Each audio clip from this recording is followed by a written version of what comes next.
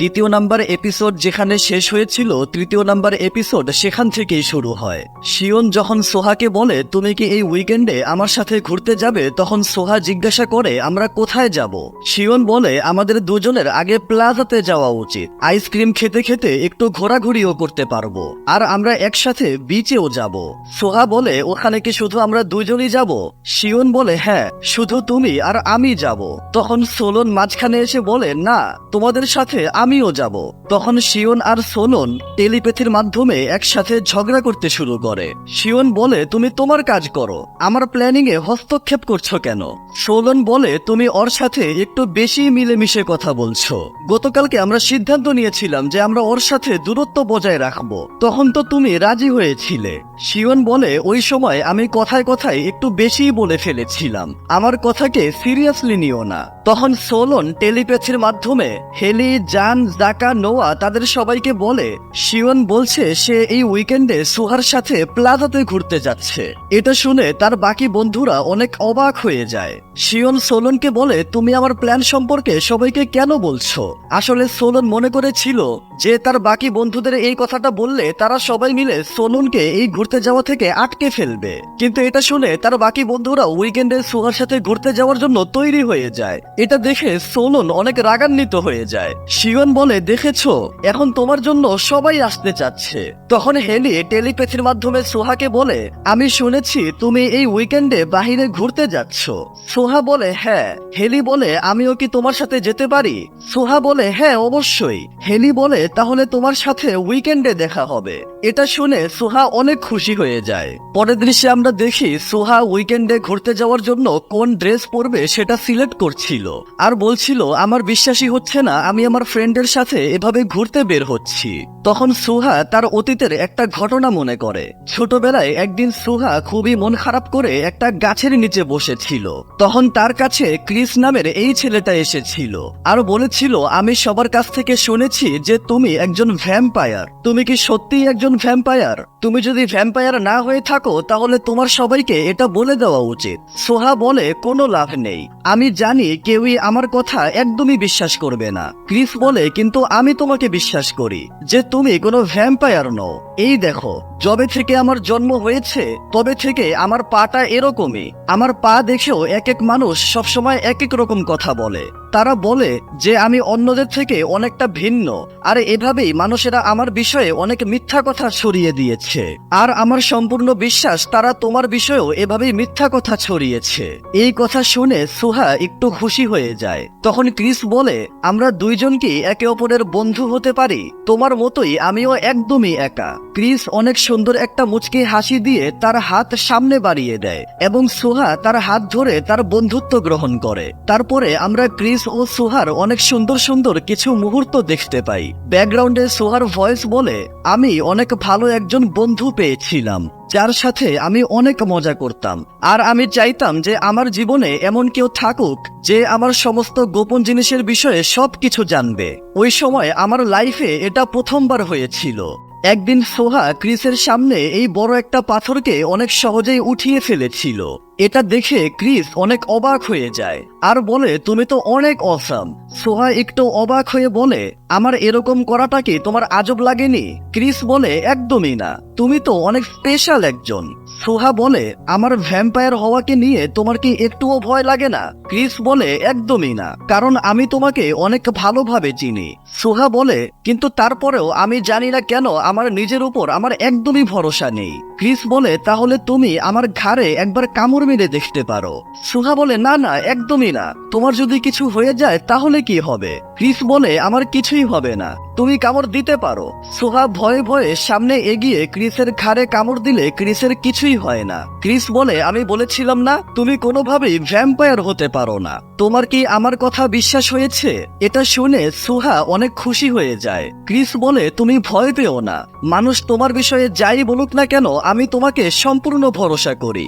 সোহা তার অতীতের কথাগুলো মনে করে খুবই সুন্দর মুচকি একটা হাসি নিয়ে রাতে ঘুমিয়ে পড়ে। তারপরে উইকেন্ডের দিন আমরা সোহাকে দিনের বেলা এখানে দেখতে পাই। তখন সেখানে শিওন একাই চলে আসে আর বলে তুমি তো দেখি চলে এসেছো, আমি তো ভেবেছিলাম আমি তোমার আগে চলে আসব।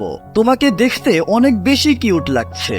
সুহা বলে ধন্যবাদ, কিন্তু বাকি সবাই কোথায়? শিওন একটু ভাব নিয়ে বলে আমার মনে হচ্ছে তারা সবাই আজকে অনেক বিজি রয়েছে, তারা আমাদেরকে ধোকা দিয়েছে, দেখো না কেউই এখানে আসেনি। তুমি ওদের কথা বাদ দাও, ওরা না আসলে না আসুক, আমরা দুইজন মিলে আজকে অনেক মজা করব। শিওন সোহাকে নিয়ে যখন ঘোরাঘুরি করতে শুরু করে তখন সোহা মনে মনে ভাবে হেলি বলেছিল সে আজকে আসবে, কিন্তু সে কোথায় চলে গেল? আমার তাকে একটা মেসেজ করা উচিত, কিন্তু আমার হয়তো এখন মেসেজ করাটা উচিত হবে না। সে হয়তো কোথাও এখন সত্যি সত্যি কোনো কাজে বিজি রয়েছে। আমি চাই না আমার মেসেজের কারণে সে আমাকে নিয়ে চিন্তা করুক, কিন্তু সে আসবে না এই কথাটা তার আমাকে আগেই বলা উচিত ছিল। এমনিতেও আমি হেলিকে নিজ থেকে টেলিপ্যাথিক মেসেজ পাঠাতে পারবো না। তখন শিওন সোহাকে বলতে থাকে তুমি কি জানো প্রত্যেকটা উইকেন্ডেই এই প্লাজাতে অনেক মানুষেরা এসে থাকে, এবং এখানে সন্ধ্যার সময় যখন সূর্যের আলো পানিতে পড়ে তখন অনেক সুন্দর একটা দৃশ্য দেখা যায়। আমি চাই আমরা দুইজন আজকে একসাথে ওই সুন্দর দৃশ্যটা দেখব।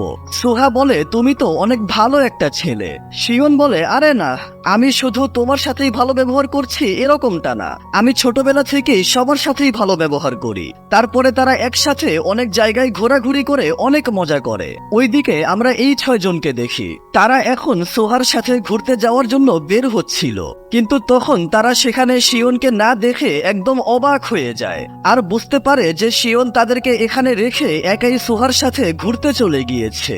ওইদিকে আমরা দেখি শিওন সোহার জন্য আইসক্রিম নিয়ে এসেছিল। শিওন যখন আইসক্রিমটা মুখে দিচ্ছিল তখনই টেলিপ্যাথির মাধ্যমে তার বন্ধুরা খুবই রাগান্বিত হয়ে বলে ওই তুই কোথায়? তুই তো বলেছিলি যে 5টার সময় আমরা বের হব। শিওন বলে আমার পাক্কা মনে আছে আমি তোমাদেরকে 4টার সময় বের হতে বলেছিলাম, তোমরা সবাই তো এখানে না এসে আমার মনটাকে একেবারে দুঃখী করে দিয়েছো। তার বন্ধুরা খুবই রাগান্বিত হয়ে তাকে বকাঝোকা করতে থাকে। শিওন বলে আমরা এখন নৌকায় করে ঘুরে বেড়াচ্ছি, যদি তোমরা এখানে আসতে চাও তাহলে সমুদ্রের একদম মাঝখানে চলে আসো। এটা শুনে তার বন্ধুরা আরো বড় একটা ছটকা খায়। তারপর যখন আরো একটু সন্ধ্যা হয় তখন সোহা শিওনকে বলে আজকে সবাই অনেক ব্যস্ত ছিল, তার মানে তুমিও তোমার কাজ থেকে বিরতি নিয়ে আমার সাথে এখানে ঘুরতে এসেছো, সেজন্য তোমাকে অসংখ্য ধন্যবাদ। আসলে আমি এই প্রথমবার এরকম একটা প্লাজাতে এসেছি। শিওন বলে তাহলে তুমি এর আগে কখনো এখানে আসোনি কেন? সোহা বলে কারণ মানুষের ভিড় দেখে আমার অনেক ভয় লাগে। শিওন বলে তাহলে আমরা নৌকায় করে একটু ঘুরে আসি, যেহেতু তোমার ভিড়ভাড় জায়গা পছন্দ না তাই ওখানে একদম নিরিবিলি ভাবে তোমার অনেক ভালো লাগবে। পুরোপুরি অন্ধকার হয়ে যাওয়ার আগেই আমরা ঘুরে আসি, তুমি এখানেই থাকো, আমি টিকিট নিয়ে এখনই আসছি। শিওন চলে গেলে সোহা যখন বসেছিল তখন সে টেলিপ্যাথির মাধ্যমে হেলির কণ্ঠ শুনতে পায়। হেলি জিজ্ঞাসা করে তুমি কি এখন প্লাজাতে রয়েছো?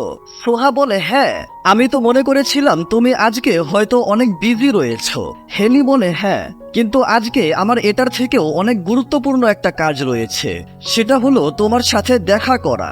এটা শুনে সোহা একটু লজ্জা পেয়ে যায়। হেলি বলে আমাকে ক্ষমা করে দিও, আমি অনেক দেরি করে ফেলেছি, কিন্তু আমি এখনই তোমার কাছে আসছি, তুমি আমার জন্য অপেক্ষা করো। তখন সোহা ভাবে হেলি ও বাকি সবাই যেহেতু এখানে আসছে তাই এই কথাটা আমার শিওনকে বলা উচিত। সোহা যখন শিওনকে খোঁজার জন্য এই রাস্তা দিয়ে সামনে যাচ্ছিল তখন সে এখানে খুবই ভয়ঙ্কর একটা গলি দেখতে পায়। তখন ওই অন্ধকারের ভিতর থেকে একটা হাত এসে সোহাকে ওই গলির মধ্যে টেনে নিয়ে যায়। সোহা খুবই ভয়ঙ্কর একটা চেহারা দেখতে পায়। সোহা নিজেকে বাঁচানোর জন্য তার শক্তি দিয়ে ওই লোকটাকে এভাবে আঘাত করে। তখন সোহা এই ভয়ানক একটা চেহারা দেখে পুরোপুরি নিশ্চিত হয়ে যায় যে এটা একটা ভ্যাম্পায়ার। তখন ওই ভ্যাম্পায়ার সোহাকে কামড় দেওয়ার জন্য ধীরে ধীরে যখন তার দিকে এগিয়ে আসছিল তখন সেখানে শিওন এসে সোহাকে বাঁচিয়ে নেয়। শিওন যখন সোহাকে সেখান থেকে নিয়ে যাবে তখন ওই ভ্যাম্পায়ার উঠে আবারও শিওনের উপর আক্রমণ করে। তখন সোহাও তার পাওয়ার দিয়ে ওই ভ্যাম্পায়ারের উপরে আক্রমণ করার চেষ্টা করে, কিন্তু এই ভ্যাম্পায়ার যখন আবারও সোহার উপর আক্রমণ করতে যায় তখন সেখানে তার বাকি বন্ধুরা চলে আসে। তখন ওই ভ্যাম্পায়ার আবারও উঠে দাঁড়ায়। ভ্যাম্পায়ার বলে ওই মেয়েটাকে আমাকে দিয়ে দাও, ওই মেয়েটাকে আমি এখনই চাই। তখন সেখানে এরকম আরো অনেকগুলো ভ্যাম্পায়ার চলে আসে। জাকা তার স্পিডের পাওয়ারের মাধ্যমে সোহা সেখান থেকে নিয়ে যায়, আর এখানে তারা বন্ধুরা সবাই মিলে ওই ভ্যাম্পায়ারগুলোর সাথে ফাইট করতে শুরু করে। তারা ফাইট করে সমস্ত ভ্যাম্পায়ারদেরকে হারিয়ে দেয় আর বলে এরা খুবই দুর্বল ভ্যাম্পায়ার, এদের সাথে কথা বলে কোনো লাভ নেই। তখন সোলন শিওনকে জিজ্ঞাসা করে, তুমি তো সোহার সাথেই ছিলে, তাহলে এগুলো কিভাবে হলো? শিওন বলে, আসলে আমি একা একাই টিকিট কিনতে চলে গিয়েছিলাম, আর ফিরে এসে দেখি সোহা সেখানে নেই। সোলন বলে, তুমি জানো যে এই জায়গাটা সোহার জন্য একেবারেই অপরিচিত, তাহলে তুমি সোহাকে একা রেখে কেন গিয়েছিলে? তখন জান বলে, তুমি ভুল মনে করছো, আমরা কেউই জানতাম না যে এখানে এই ভ্যাম্পায়ার্সরা এভাবে তার উপর আক্রমণ করে দেবে। আমরা বুঝতেই পারছি না এই ভ্যাম্পায়াররা এখানে কেন এসেছিল। তখন আমরা এখানে হেলিকে দেখি। হেলি এই ভ্যাম্পায়ারকে মেরে বলে আরো একটা গুরুত্বপূর্ণ কথা, এরা কেউই এখানে কোইন্সিডেন্টলি আসেনি, তারা এখানে সোহাকে টার্গেট করে এসেছিল। ওইদিকে আমরা জাকা আর সোহাকে দেখি। জাকা সোহাকে সেখান থেকে দূরে একটা সুরক্ষিত জায়গায় নিয়ে এসেছিল। জাকা তাকে এতই স্পিডে সেখান থেকে নিয়ে এসেছিল যেটার জন্য সোহার মাথা ঘুরতে শুরু করেছিল। জাকা বলে, আমাকে ক্ষমা করে দিও, আমি তো শুধু তোমাকে রক্ষা করতে চাচ্ছিলাম। সোহা বলে, কোনো সমস্যা নেই, কিছুক্ষণ বিশ্রাম নিলে আমরা একদম ঠিক হয়ে যাব। তবে তোমাকে অসংখ্য ধন্যবাদ, তুমি এর আগেও আমাকে বিপদের হাত থেকে বাঁচিয়েছিলে। তবে আজকে আমি যে বিপদে রয়েছি এটা তুমি কিভাবে বুঝেছিলে? তুমি একদম ঠিক ওখানেই চলে এসেছিলে যেখানে আমি ছিলাম। তখন সোহা সেখানে একটা অদ্ভুত অরা অনুভব করে এবং তার সামনে এই ছেলেটাকে দাঁড়িয়ে থাকতে দেখে। সোহা একদম অবাক হয়ে যায়, কারণ সে তার সামনে তার ছোটবেলার বন্ধু ক্রিসকে দাঁড়িয়ে থাকতে দেখছিল। তখন আমরা সোহার অতীতের একটা দৃশ্য দেখি। ব্যাকগ্রাউন্ডে সোহার ভয়েস বলে, আমি ভেবেছিলাম আমরা দুইজন সবসময় একসাথে থাকব, কিন্তু একদিন মেঘাচ্ছন্ন বৃষ্টির দিনে ভ্যাম্পায়ার্সরা ক্রিসকে আমার কাছ থেকে চিরতরে ছিনিয়ে নিয়েছিল। সেই সময় ক্রিসের মৃত্যুতে সোহা অনেক কান্না করেছিল। দৃশ্য বর্তমানে আসলে সোহা খুবই অদ্ভুত একটা ব্যারিয়ারের ভিতরে সামনে ক্রিসকে দেখে এবং অবাক হয়ে তার দিকেই তাকিয়ে থাকে। তখন সোহা দৌড়ে ওই ছেলেটার দিকে এগিয়ে যায়, আর এটার সাথেই 3 নম্বর এপিসোড এখানেই শেষ হয়ে যায়। 4 নম্বর এপিসোডের শুরুতে আমরা দেখি সুহা যখন দৌড়ে যাচ্ছিল তখন সে টেলিপ্যাথির মাধ্যমে হেলির কণ্ঠ শুনতে পায়। সেই সময় সেখানে খান নামের ওই ছেলেটা চলে আসে, যাকে আমরা দ্বিতীয় পর্বে দেখেছিলাম। তখনই সুহার সামনে থেকে ওই ছেলেটা অদৃশ্য হয়ে যায়। খান বলে, তুমি কি এখানে একা এসেছো নাকি কারোর সাথে এসেছো? তখন জাকা বলে, সুহা এখানে আমার সাথে এসেছে, তোমার কি কোনো প্রবলেম আছে? খান বলে, তোমরা কি এখানে একা এসেছো? জাকা বলে, এতে তোমার কি যায় আসে? তখন সেখানে খানের ওই বাকি বন্ধুরা চলে আসে, আর এখান থেকে হেলি ও বাকি সবাইও চলে আসে। তারা দুই গ্রুপ একে অপরের দিকে এভাবে তাকিয়ে থাকে। হেলি সোহাকে জিজ্ঞাসা করে, তুমি কি কোনো আঘাত পেয়েছো? সোহা বলে, না। তখন খান সোহাকে জিজ্ঞাসা করে, কি হয়েছে? সোহা বলে, কিছুক্ষণ আগে আমার উপর কিছু ভ্যাম্পায়ার আক্রমণ করেছিল। খানের বন্ধুরা বলে, এখানে ভ্যাম্পায়ার কোথা থেকে আসবে? ওরা এখন কোথায় রয়েছে? এই পাশ থেকে হেলির বন্ধুরা বলে, আমরা ওই ভ্যাম্পায়ারদেরকে একেবারে শেষ করে দিয়েছি। তখন খান বলে, এটা কোনো মজার বিষয় না, তোমাদের জায়গায় আমরা হলে আমরা সোহার শরীরে একটা আঁচলও আসতে দিতাম না, যেমনটা তোমরা আসতে দিয়েছো। এটা শুনে জান অনেকটা রাগান্বিত হয়ে যায়। খান সোহাকে বলে, তুমি যদি তোমার জীবনকে ভালোবেসে থাকো তাহলে এই ছেলেদের থেকে এখন থেকে দূরত্ব বজায় রাখবে। খানের এই বন্ধু বলে, পরবর্তী উইকেন্ডে তোমার আমাদের সাথে ঘুরতে যাওয়া উচিত। তখন শিওন বলে, পরবর্তী উইকেন্ডে সোহা আমাদের সাথেই ঘুরতে যাবে, এটা প্ল্যান হয়ে গিয়েছে। আর শুধু পরবর্তী উইকেন্ডে না, সামনে যতগুলো উইকেন্ড আসবে সবগুলোতে সোহা আমাদের সাথেই থাকবে। তখন তারা দুইজন এভাবে ঝগড়া করতে শুরু করে। তখন শিওন সোহাকে বলে, আগামী 3 সপ্তাহ পরে আমরা একটা জন্মদিনের পার্টি রেখেছি, তুমি কি ওখানে আসবে? সোহা বলে, যদি কারোর জন্মদিন হয় তাহলে আমি অবশ্যই আসব। তখন খানের বন্ধুরা বলে, তুমি মিথ্যা কথা কেন বলছো? শিওন বলে, আমি মিথ্যা কথা বলছি না, তোমার বিশ্বাস না হলে তুমিও পার্টিতে চলে আসো। খানের বন্ধুরা বলে, আমরা তোমাদের এই ফালতু পার্টিতে কোনোদিনই আসবো না। শিওন বলে, আর আমি তোমাদের মতো ফালতু ছেলেদের আমার পার্টিতে কখনো ইনভাইটও করব না। তখন সোহা বলে, আমার মনে হয় আমাদের সবার পার্টিতে একসাথে মিলে এনজয় করা উচিত। তখন খানের বন্ধুরা বলে, যদি সোহা আমাদেরকে আসতে বলে তাহলে তো আমরা অবশ্যই আসব। তারা দুইজন এই পার্টি নিয়ে অনেক ভালোভাবেই ঝগড়া করতে শুরু করে। তখন সোহা সামনে তাকিয়ে ওই ছেলেটার কথা, অর্থাৎ ক্রিসের খানের কথাই মনে মনে ভাবতে থাকে। আর সোহার এভাবে তাকিয়ে থাকার বিষয়টা হেলি নোটিস করে ফেলে। যাই হোক, তারপরে খান ও তার বন্ধুরা যখন যাচ্ছিল তখন খান আর ওই বেগুনি চুলওয়ালা ছেলেটা বলতে থাকে সোহার উপরে কিছু ভ্যাম্পায়ার আক্রমণ করেছিল, আমাদের সোহার সেফটির জন্য কিছু একটা চিন্তা ভাবনা করা উচিত। তখন এই চশমা পরা ছেলেটা বলে তোমরা ইদানিং সোহাকে নিয়ে অনেক বেশি চিন্তা করছো। বেগুনি চুল বলে হ্যাঁ, আর সোহার জন্য এত চিন্তা হওয়ার কারণ হলো আমি সোহার ভিতরে অনেক শক্তিশালী একটা পাওয়ার অনুভব করেছি। এই লম্বা চুল বলে ওই পাওয়ারটা আমিও অনুভব করেছি। সোহা যখন আমাদেরকে ওই সময় ফাইট করার হাত থেকে থামিয়েছিল তখন সোহার কথা শুনে আমি তো একদম থমকে গিয়েছিলাম। এই মিস্টার চশমা বলে সোহার ভিতরে কোনো কিছু একটা তো অবশ্যই রয়েছে, যার জন্য ভ্যাম্পায়ার্স বারবার তার উপর আক্রমণ করছে। এভাবেই কথা বলতে বলতে তারা তাদের হোস্টেলের দিকে ফিরে যায়। অন্যদিকে আমরা ঘুমানোর সময় সোহাকে দেখি। সোহা শুয়ে শুয়ে ভাবছিল আজকে প্লাজাতে আমি যাকে দেখেছি ক্রিস যদি বড় হয়ে যেত তাহলে সে দেখতে একদম তার মতোই হতো, কিন্তু ক্রিস তো মানে ক্রিস তো মারা গিয়েছে। আমার মনে আছে আজকে প্লাজাতে সে আমার নাম ধরে ডেকেছিল, তার মানে কি ক্রিস আসলে এখনো জীবিত রয়েছে? কিন্তু এটা কিভাবে সম্ভব? আর সে যদি জীবিত থাকে তাহলে এর আগে আমার সাথে কখনো দেখা করেনি কেন? আমার বিশ্বাসই হচ্ছে না সে এভাবে হঠাৎ করে অদৃশ্য হয়ে গিয়েছিল। কিন্তু এখন এই কথাগুলোর কোনো মানে নেই। ক্রিস যদি জীবিত থাকে তাহলে এটাই আমার জন্য অনেক কিছু। সোহা ঘুমিয়ে গেলে স্বপ্নে সমুদ্রের পাড়ে চাঁদের আলোর মধ্যে নিজেকে দেখতে পায় এবং সে সামনে ক্রিসকে দাঁড়িয়ে থাকতে দেখে। তখন সে অবাক হয়ে দৌড়ে তার কাছে যায়। ক্রিস বলে আমি তোমাকে অনেক মিস করেছি। সোহা বলে তুমি কি সত্যি জীবিত রয়েছো? ক্রিস বলে হ্যাঁ, অনেক বছর পার হয়ে গিয়েছে কিন্তু তুমি তো একদম আগের মতোই রয়েছো। সোহা ক্রিসকে দেখে অনেক খুশি হয়ে যায়। ক্রিস বলে তোমার সাথে আবারও দেখা করে অনেক ভালো লাগলো। এই স্বপ্ন দেখে সোহা হুট করে ঘুম থেকে উঠে পড়ে। সোহা এই রাতের বেলাতেই একা একা দৌড়ে যেই সমুদ্রের পাড়ে ক্রিসকে দেখেছিল সেখানে চলে আসে আর বলে আমি জানতাম ওইটা আমার স্বপ্ন ছিল, ক্রিস এখানে নেই। তখন সোহা ভাবতে থাকে আজকে তো সম্পূর্ণ চাঁদ উঠেছে, মানে আজকে পূর্ণিমার রাত, তাহলে সব জায়গায় এত অন্ধকার কেন? সোহা আকাশের দিকে তাকিয়ে একদম লাল রঙের একটা চাঁদ দেখতে পায়। তখন আমরা সেখানে অনেকগুলো নেকড়ের চিৎকারের শব্দ শুনতে পাই। সেই সময় আমরা সেখানে খানকে দেখি। খান মনে মনে বলে এইবারও আমি পুরোপুরিভাবে ট্রান্সফর্ম হতে পারিনি, কিন্তু শুধুমাত্র আমি ট্রান্সফর্ম হতে কেন পারছি না? সে আকাশের চাঁদের দিকে তাকিয়ে বলে পূর্ণিমার রাতে বাকি সবাই একা একাই নেকড়েতে পরিবর্তন হয়ে যায়, কিন্তু তাহলে আমি কেন হতে পারছি না? আমার ভিতরে কি কোনো কমতি রয়েছে? তখন সেখানে সোহা আর খানের একে অপরের সাথে দেখা হয়ে যায়। সোহা খানকে দেখে মনে মনে বলে খানকে দেখতে এখন আগের থেকে একটু ভিন্ন মনে হচ্ছে।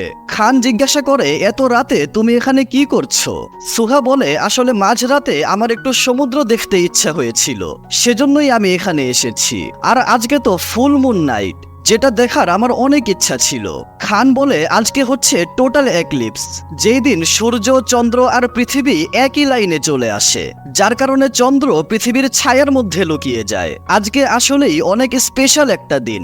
সোহা বলে আমি এই বিষয়ে আগে শুনেছিলাম কিন্তু আজকে প্রথমবার দেখলাম, তবে এই সময় তুমি এখানে কি করছো? খান বলে আমিও এখানে রাতের আকাশ দেখতে এসেছিলাম। সোহা বলে কিন্তু বাকি সবাই কোথায়? তুমি কি এখানে একাই এসেছো? তখন তারা কিছু নেকড়ের চিৎকারের শব্দ শুনতে পায়। খান বলে তারা সবাই এখন ঘুমিয়ে রয়েছে। আচ্ছা শোনো, আমি তোমাকে তোমার হোস্টেল পর্যন্ত পৌঁছে দেব। আজকে কিছু ভ্যাম্পায়ার্সরা তোমার উপর আক্রমণ করেছিল, সেজন্য আমার তোমাকে নিয়ে চিন্তা হচ্ছে। সোহা বলে তোমাকে ধন্যবাদ, এমনিতেও আমি একটু ভয় পাচ্ছিলাম কারণ এখানে আশেপাশে অনেক নেকড়ে রয়েছে, আশা করি তারা আমাদের উপর আক্রমণ করবে না। খান বলে তুমি চিন্তা করো না, তারা আসলেই আমাদের উপর আক্রমণ করবে না, মানে আমি বলতে চাচ্ছি নেকড়ে অনেক শান্ত একটা প্রাণী। সোহা বলে হ্যাঁ, আমিও এটাই মনে করি, আর আমার এটাও মনে হয় যে নেকড়েরা অনেক কুল হয়ে থাকে। এটা শুনে খান খুশি হয়ে যায় আর বলে তুমি কি সত্যিই নেকড়েদেরকে পছন্দ করো?